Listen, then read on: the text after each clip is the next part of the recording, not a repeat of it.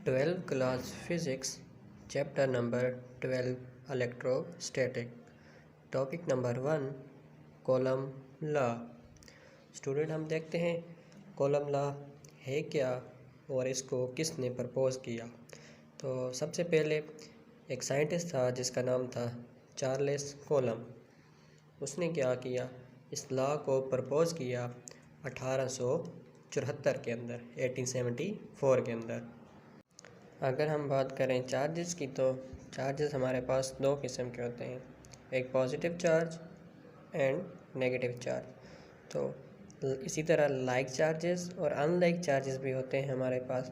तो अगर देखें लाइक चार्जेस मतलब कि जिस तरह यहाँ पे डायग्राम के अंदर आपको दिखाया गया है, पॉजिटिव चार्ज, और दूसरा unlike charges positive and negative charge. तो लाइक चार्जेस एक दूसरे को क्या करते हैं, रिपेल करते हैं। यहाँ पे अगर देखा जाए पॉजिटिव है तो ये एक दूसरे को क्या कर रहा होगा, रिपेल कर रहा होगा। मतलब ये वाला चार्ज इसके ऊपर फोर्स लगा रहा है इस डायरेक्शन के अंदर, F21 चार्ज Q2 के ऊपर लग रही है F21, और इसी तरह ये वाला चार्ज इसके ऊपर क्या कर रहा है, इस साइड पे इस डायरेक्शन के अंदर फोर्स लगा रहा है जिसको F12 कहते हैं।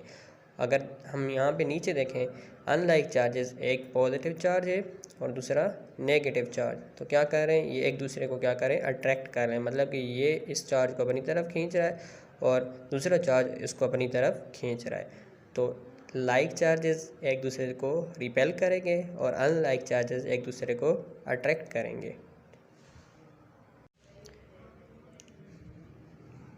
इसकी स्टेटमेंट देखते हैं।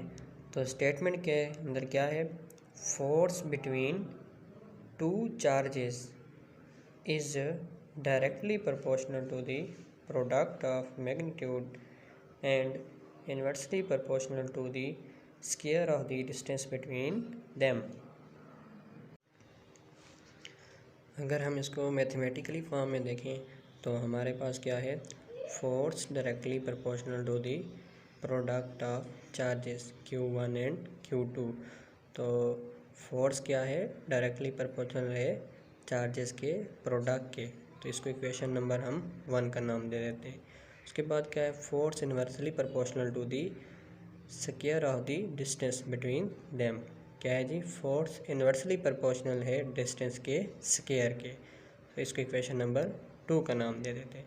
तो अगर हम इसको कंबाइन करके लिखें इक्वेशन नंबर 1 एंड 2 को, तो हमारे पास एक इक्वेशन बनती है, force directly proportional to Q1 Q2 over distance का स्क्वायर रूट। ओके, अगर हम इसको प्रोपोर्शनलिटी को ख़त्म करें तो हमारे पास क्या आता है, F is equal to K Q1 Q2 बटा R का स्क्वायर।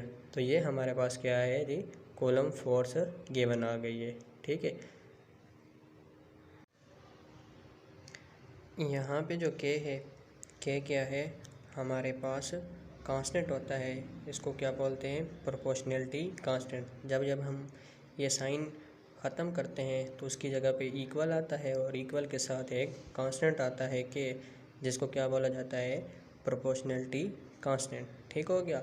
ये किसके बराबर होता है, K is equal to 1/4 pi epsilon r, और उसकी वैल्यू क्या है जी K की, K is equal to 9 multiply by 10⁻⁹ newton metre square पर कूलम स्क्वायर। ठीक है स्टूडेंट, यहाँ पे अगर हम देखें K is equal to 1/4 pi epsilon naught, जो यहाँ पे एप्सिलॉन नॉट है, ये क्या है, इलेक्ट्रिकल कांस्टेंट है, जिसको हम एक और नाम से भी जानते हैं, परमिटिविटी ऑफ फ्री स्पेस। ठीक है, ये परमिटिविटी होती है फ्री स्पेस की। इसकी जो वैल्यू होती है कांस्टेंट, ये जो कांस्टेंट है इसकी वैल्यू किसके बराबर है, 8.85 मल्टीप्लाई बाई 10⁻⁻12 कूलम स्क्वायर पर न्यूटन मीटर स्क्वायर। सो अगर हम इन तमाम की तमाम वैल्यू को इंटर करके कूलम फोर्स की वैल्यू निकालना चाहें तो हमारे पास क्या आ जाती है, F is equal to 1/4 pi epsilon Q1 into Q2 over R का स्क्वायर रूट।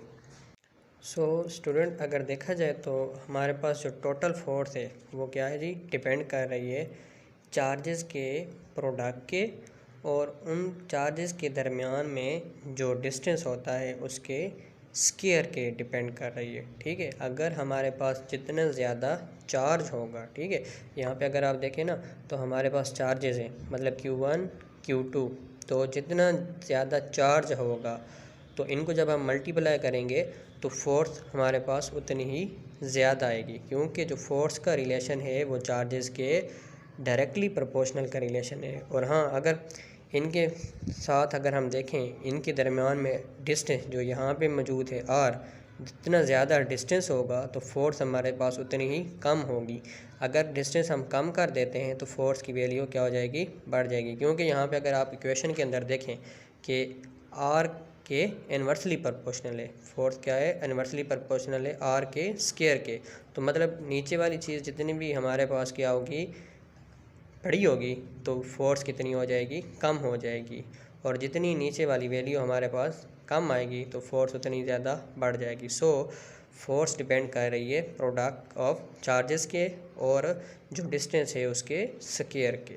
ठीक है, उम्मीद है इस टॉपिक के रिलेटेड तमाम की तमाम चीज़ें आप लोगों को क्लियर हो गई होंगी। अगर किसी को इस टॉपिक में कहीं पे भी कोई इशू है या कोई प्रॉब्लम है या अगर किसी का कोई भी क्वेश्चन है तो वो कमेंट्स में सेक्शन में आकर कमेंट करें।